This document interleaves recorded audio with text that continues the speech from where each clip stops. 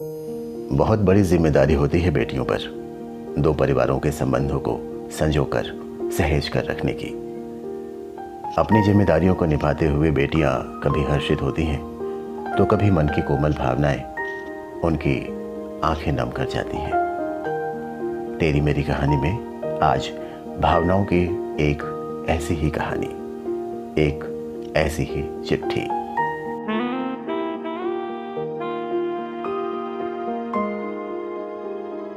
तेरी मेरी कहानी के सभी श्रोताओं को हमारा नमस्कार। मैं हूं आपका दोस्त हेमंत मोहन। तेरी मेरी कहानी में आज हम आपको सुना रहे हैं मुंबई महाराष्ट्र के जाने माने कहानीकार महेश दुबे की पत्र शैली में लिखी एक हृदयस्पर्शी कहानी।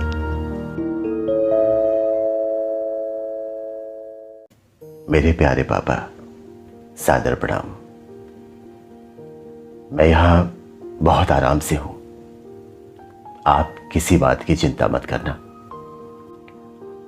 फेरों पर इन लोगों ने थोड़ा क्रोध जरूर दिखाया था, पर यहां मेरे साथ कोई बुरा व्यवहार नहीं करते।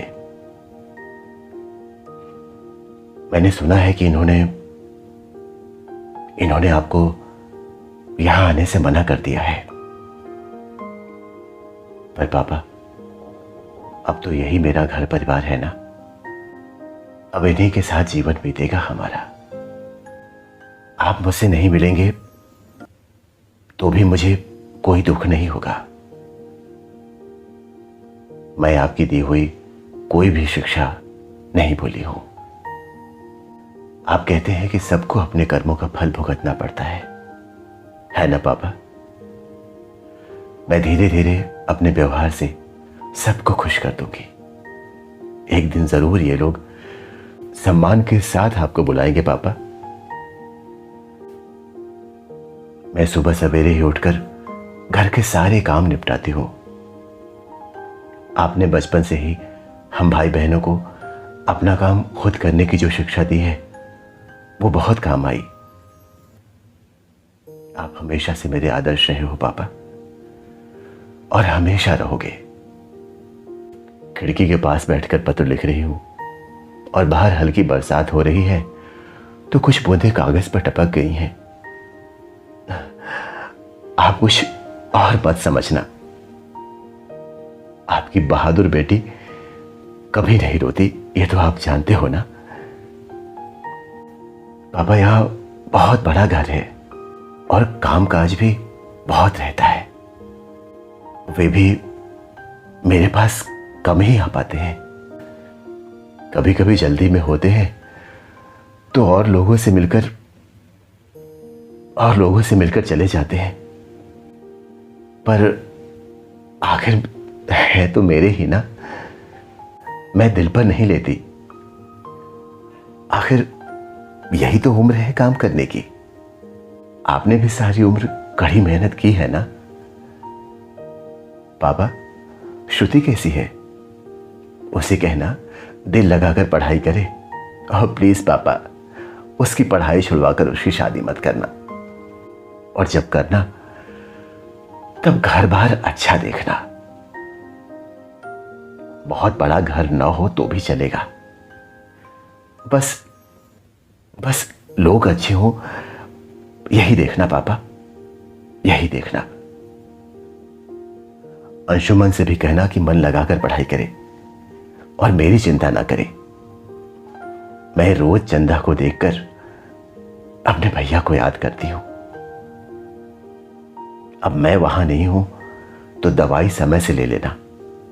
आपको मेरी कसम पापा, अपनी सेहत का ख्याल रखना। मेरी बिल्कुल चिंता मत करना। मैं बहुत बहुत खुश हूं। और एक बात, श्रुति की शादी में गहने दूसरे सुनार से लेना। इसने काफी मात्रा में पीतल मिला दिया है, ऐसा ये कह रहे थे। फिर पैसे तो आपने पूरे दिए थे ना पापा।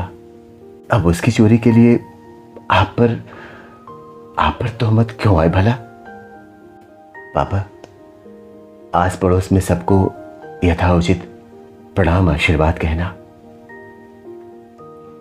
सावन में मैं तो नहीं आ पाऊंगी, तो मेरी जो सहेलियां आए उन्हें मेरी याद दिलाना और मेरी चिंता बिल्कुल मत करना पापा।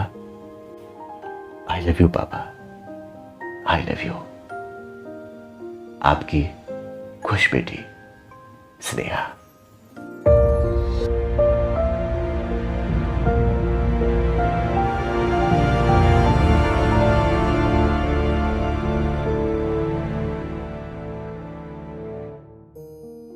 तो दोस्तों, ये थी पत्र शैली में लिखी महेश दुबे जी की कहानी। उम्मीद है कहानी आपको अच्छी लगी होगी। अगर कहानी ने आपकी भावनाओं को छुआ है तो अपनी भावनाओं को शब्द ज़रूर दीजिएगा, कमेंट्स ज़रूर कीजिएगा और अपने दोस्तों को भी शेयर कीजिएगा। दोस्तों, हमें अपने बेटियों के मन की भाषा को समझने का प्रयास करना चाहिए ताकि उनके सुख दुख को हम समझ सकें, उनके अनकहे शब्दों को हम पढ़ सकें और उनका संबल बन सकें। अपना और अपने अपनों का बहुत ख्याल रखिएगा। हमारी आपसे पुनः मुलाकात होगी तेरी मेरी कहानी की एक और कहानी के साथ। नमस्कार।